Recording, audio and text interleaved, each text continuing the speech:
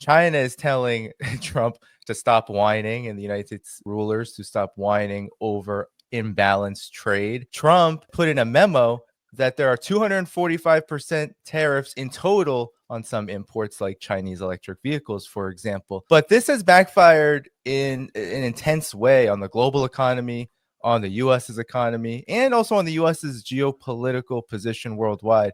Talk about what is going on? How have these tariffs impacted all of these areas? First of all, I'll say that not only has Trump's tariffs blown back in the U.S. economy, but in many ways, he kind of already gave up on the trade war that he started against China. So let's briefly go through the timeline here because it's kind of confusing. There are so many contradictions. Trump will say something, his officials will say something different.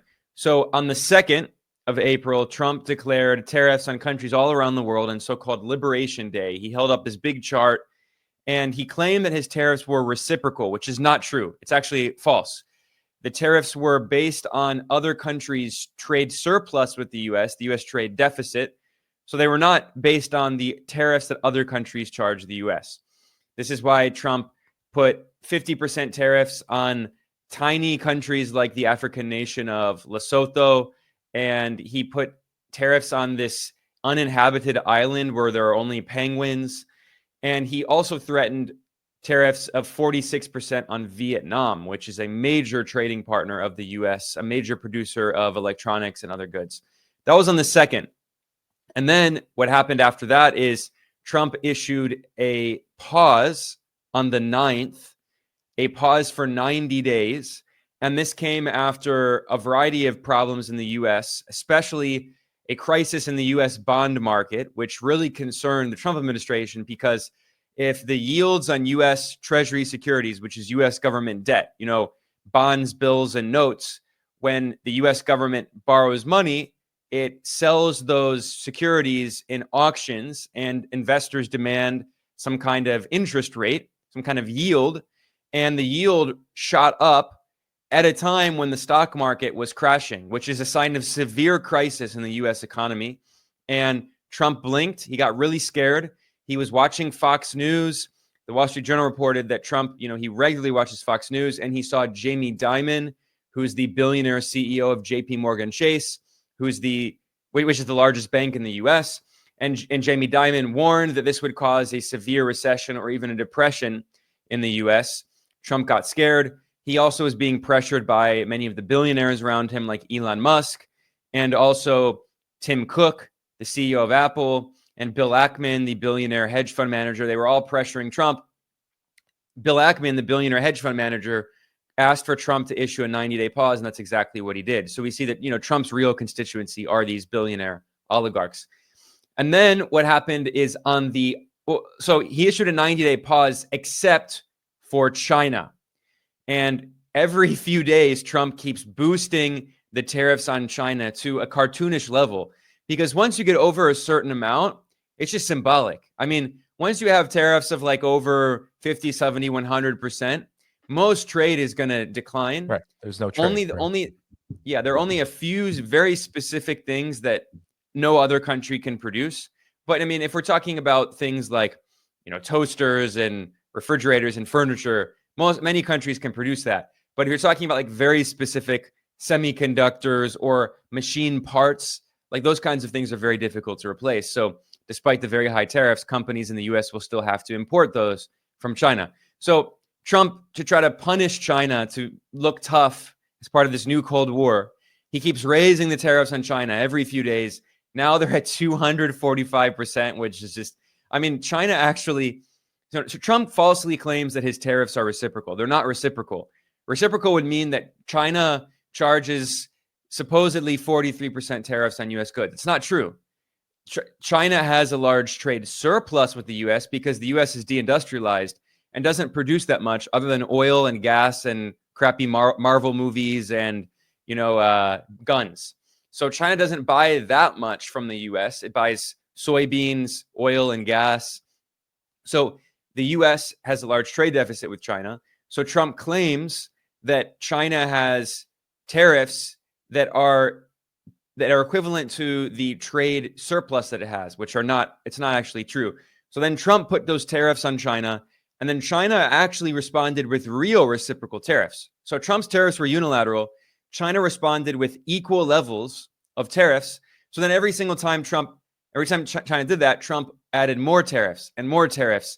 And then eventually the Chinese government released a statement saying, we're not going to increase the tariffs because at this point it's meaningless. I mean, they're just adding numbers, but it's not going to meaningfully change trade. So we're at this point where now tariffs are 245% on China. However, that was the first week. Something changed on the 11th, which didn't get a lot of attention because Trump quietly issued an executive order that made it clear that there were exceptions for the most important products that China exports to the US, which are cell phones, computers, semiconductors, and other electronics. Now, Trump claimed on his Twitter copy website, he claimed that there are no exceptions. He said the fake news media was misrepresenting it. If you go to the White House and you read the executive order, it says exceptions in the title. It says exceptions in the text. They were exceptions. What Trump said is, well, they're not completely exempt from tariffs, but instead of being charged 145% or 245% now, they're charged 20%. But still, that is a major step back, and it's an implicit acknowledgement of defeat. After 9 days of this trade war, Trump essentially acknowledged that it failed because the U.S. economy cannot go a week without these very important electronics products produced in China, including, again, think about how important cell phones are to the modern economy. We could not, the U.S. economy would crash, and most countries in the world would crash if overnight magically cell phones stop working. I mean, think about everything is built around this digital infrastructure. Computers, I mean, give me a break. The computer is probably the most important technology in the world today. And then semiconductors. Every computer, every phone, all these electronics products have lots of chips in them. They're very important for the modern economy. And China produces many of the world's legacy chips. That means that not the most advanced chips, but the chips that are used in most average products. So by putting this exemption for these Chinese electronics, which represent overall electronics represent over 1/3 of China's exports to the US, and Trump has now exempted many of them. This is an acknowledgement that, the Trump administration claimed that supposedly they had so much leverage over China. As Trump's billionaire Treasury Secretary Scott Bessent claimed, he said, we have all the cards. China has a pair of twos. He said, we're going to win this economic game of poker. But Trump immediately surrendered 9 days after he started this trade war, because in reality, it's China that has the actual cards. What this has shown is that the Chinese economy is much stronger than many people in the US think. And the US is actually much more dependent economically on China than vice versa. There has been just constant trolling of these tariffs on Chinese social media. We saw China make several moves. China asked its state-owned banks to hold off or at least reduce dollar purchases. We also had China institute export bans on critical rare earth minerals that the Trump administration is very obsessed about, including these magnets, which are especially important for anything that is electric or gas run vehicles, for example. Why did China make these moves? Yeah, well, you mentioned some very important ones. I'll add another one. China has ordered the airliners, the airline companies, Yes, which are largely state-owned. It has ordered them to stop deliveries of Boeing airliners, which is very important because China in 2015 made an ambitious plan that's called the Made in China 2025 plan. And over the past decade, they had many areas of technologies where they wanted to catch up to the West, to the US specifically, and develop semiconductors and drones and artificial intelligence and all of this. And they met the goal in every single area, every sector except one, which was civilian airliners. They're still behind. Although China now, as of 2023, has been producing its own airliners, its own jets. However, they rely on parts from the United States and from some European countries. So in the civilian airliner industry, it's a duopoly. There are two main companies, which is Boeing, which has destroyed its reputation. It's being run by these finance bros with no engineering experience. They just want to maximize the stock price and get paid fat bonuses, while they've let safety fall to the wayside and stopped investing and laid off good unionized workers who were trained and hired contractors who are not well trained. So they've destroyed Boeing. The other major competitor is a European company called Airbus, and they're a duopoly. So now China, over years, has been trying to develop its own competitor, and this is going to kickstart China's drive to have a competitor to Boeing. And I guarantee you, in the next few years, China will have its own civilian airliners with its own domestically made parts. Maybe there will be some parts from Russia. Russia has some companies that make plane parts as well, but it's not going to have any Western parts. And this is so similar to what happened with semiconductors, because in Trump's first term in 2018, he started the trade war in 2000. Well, his first term was 2017, but in 2018, Trump started the trade war in China, and he put sanctions on Huawei and some other Chinese companies. And then when Biden came in, some people thought that he would do something different, but no, of course, he continued this bipartisan trade war and new Cold War against China. And then not only did Biden keep Trump's tariffs on China, he added more. And in particular, the Biden White House put export restrictions on China to try to prevent China from getting access to the most cutting edge semiconductors, these chips that would be needed for research on artificial intelligence, or so they thought. Now we've seen that China has already made enormous progress. Chinese companies like DeepSeek have surprised the world by releasing these models that, one, are just as good as the models being produced by the US major company OpenAI, which should be called closed AI because it's actually not open source. OpenAI is 49% owned by Microsoft. And it's the CEO of OpenAI is the billionaire oligarch Sam Altman, who was invited to the White House just a few hours after Trump's inauguration this January to announce this Stargate project with $500 billion of investment in USAI. And then a few days later, China's DeepSeek releases this model that is, one, not only as good at, or not only as good or potentially even better as than the models produced by OpenAI, but two, it's open source. Anyone around the world can use this program for free. They can run it on their computer locally. So that's a game changer. So the US thought that by restricting advanced chips that China would not be able to catch up in AI, but China has already caught up and is making huge progress. So we talked about how China is going to be catching up soon in airliners.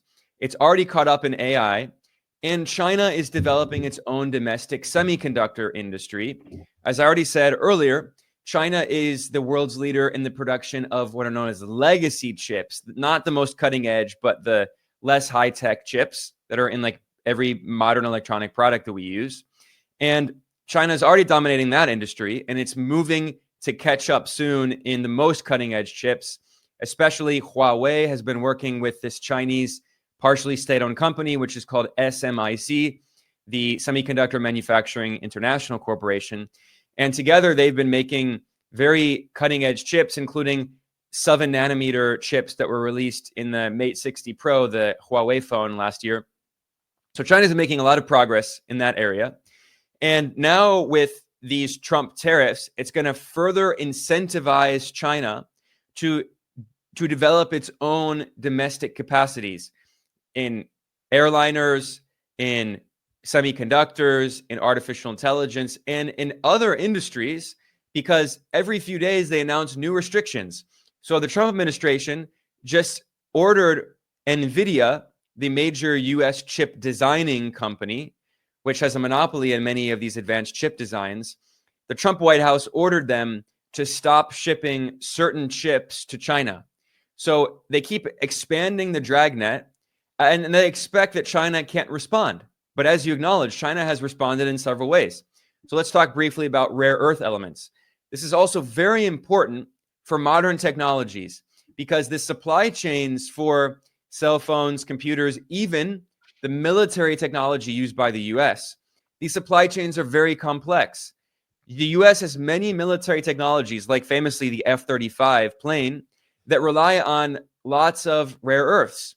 Where do those rare earths come from? Well, China dominates the global supply chain for the processing, for the extraction and processing of rare earths.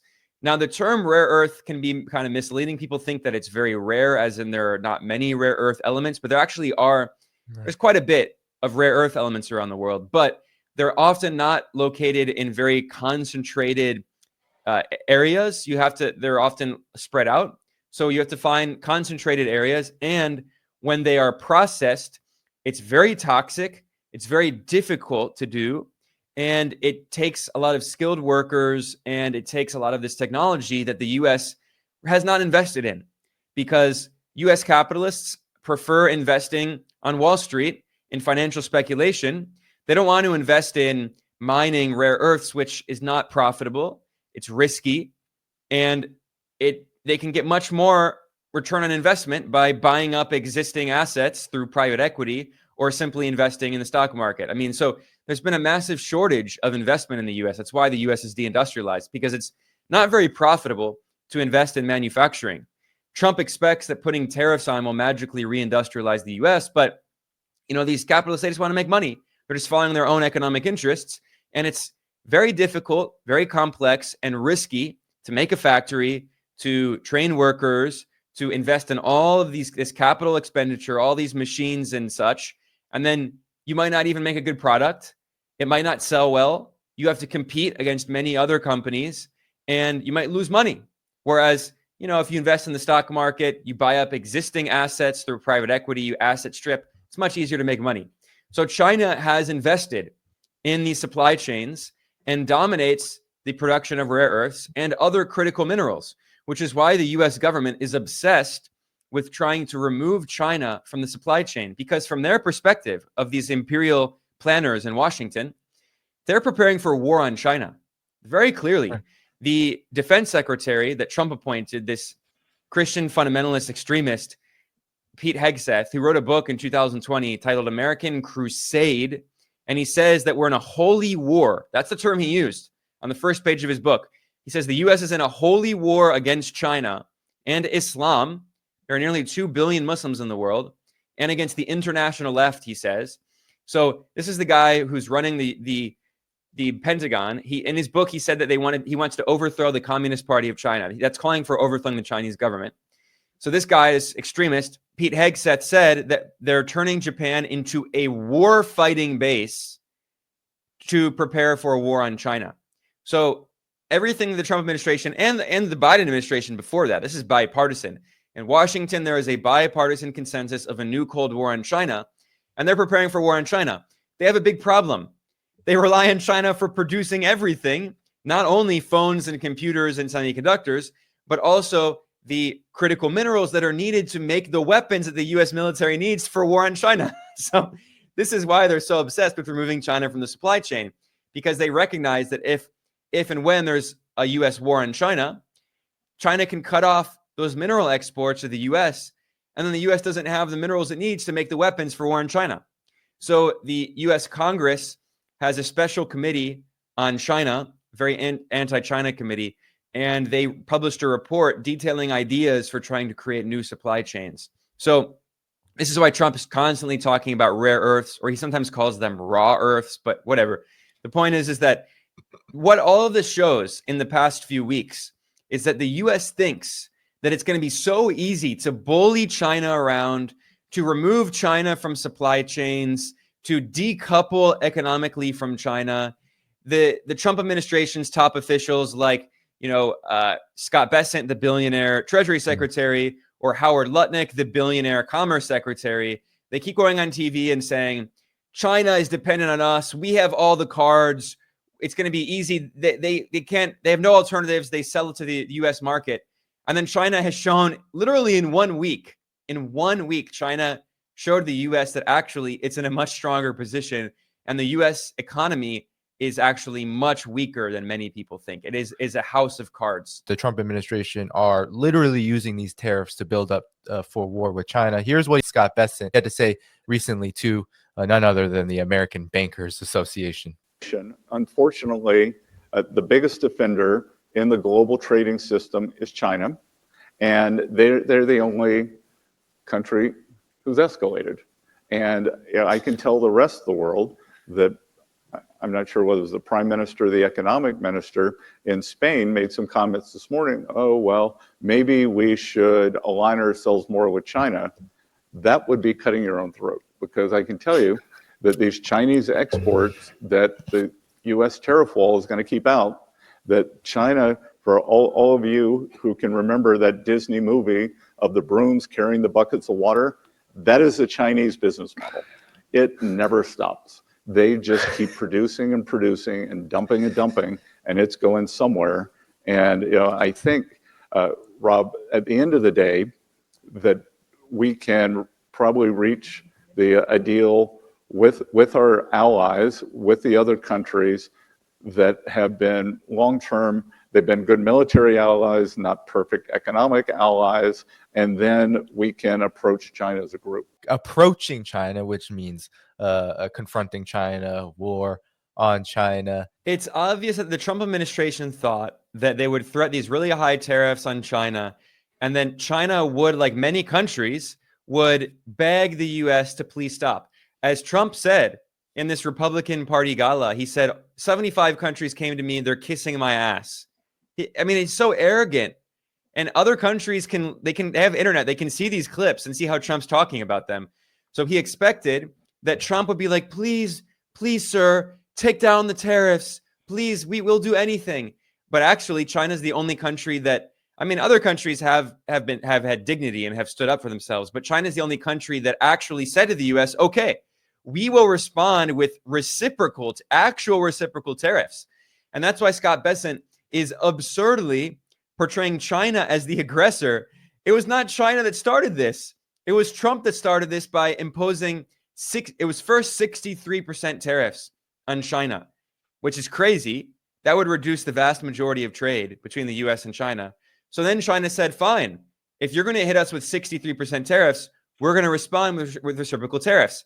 And every time China responds, Trump hits it with more. I mean, it's so similar to the portrayal of Israel, right? Israel kills Palestinians, occupies them, imposes a siege on Gaza for 2 decades. And then when Palestinians fight back, when little kids throw rocks at the soldiers occupying their country illegally, then the Western corporate media says the Palestinians started it. And then Israel attacks more, and Israel says it's self-defense, even though Israel's the one that started it. I mean, this is the strategy of imperialists throughout history, of colonialists. They attack an indigenous people, and then the people fight back in self-defense, and then the colonialists say, we have to defend ourselves, and we are the ones who are actually on the good side, and then the indigenous people are supposedly the aggressors. This is exactly how the U.S. is treating China. The U.S. started this aggressive trade war against China. China responds proportionally, and then the U.S. keeps ratcheting it up. And so Scott Bessent says that he wants other countries to come with the U.S. together in a group in order to isolate China. This has been the U.S. strategy for years. What is the U.S. going to offer these countries, especially after the Trump administration has been isolating itself from Europe? I mean, honestly, I think this is good for Europe. I think Europe should pursue an independent foreign policy. The more that it has subordinated itself to the United States, the more it has hurt the European economy. You see, European economies are in stagnation. Several were in recession. They have also deindustrialized and financialized.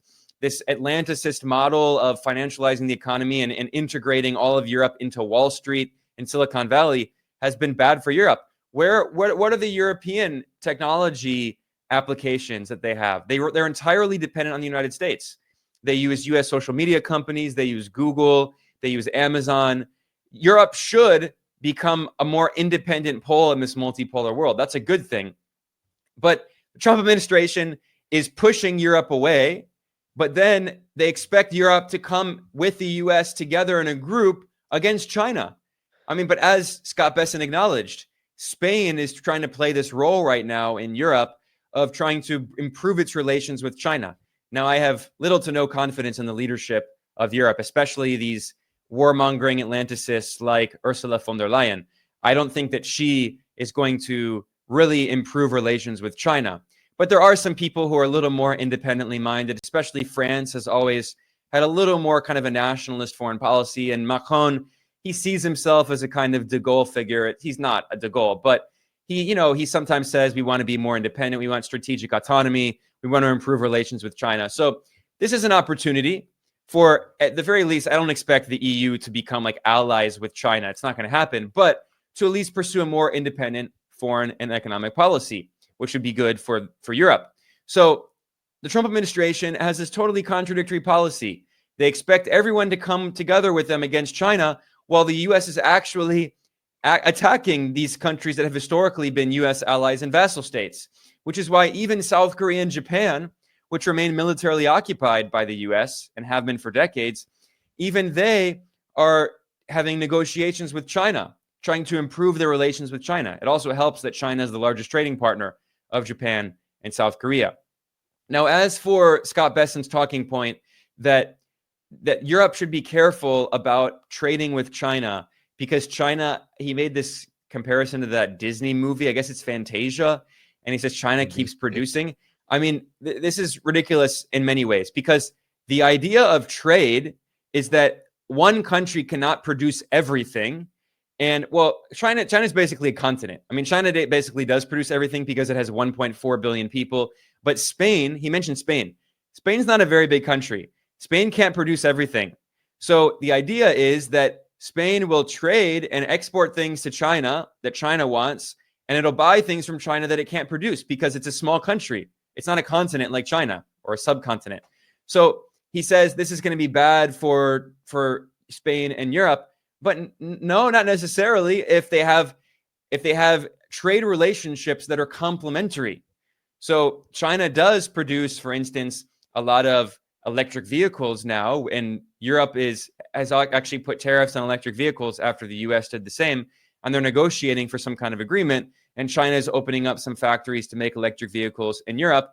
But for instance, in Germany, China is still really reliant on a lot of machines produced in Germany because Germany is a manufacturing superpower, or a manufacturing power at least, not a superpower, but a major manufacturing power. And Germany, even though its car industry is in decline, it still makes a lot of mining equipment, a lot of electrical equipment, a lot of advanced machinery that very few countries, if any, can make. So this idea that, as Scott Bessent says, that China is just going to destroy all local industry. And no, I mean, that's not, in the case of the US, it was not China that was responsible for US deindustrialization. This is what Scott Bessent, who's a hedge fund billionaire from Wall Street, he wants us to believe that because it's people like him who are responsible for the deindustrialization of the US.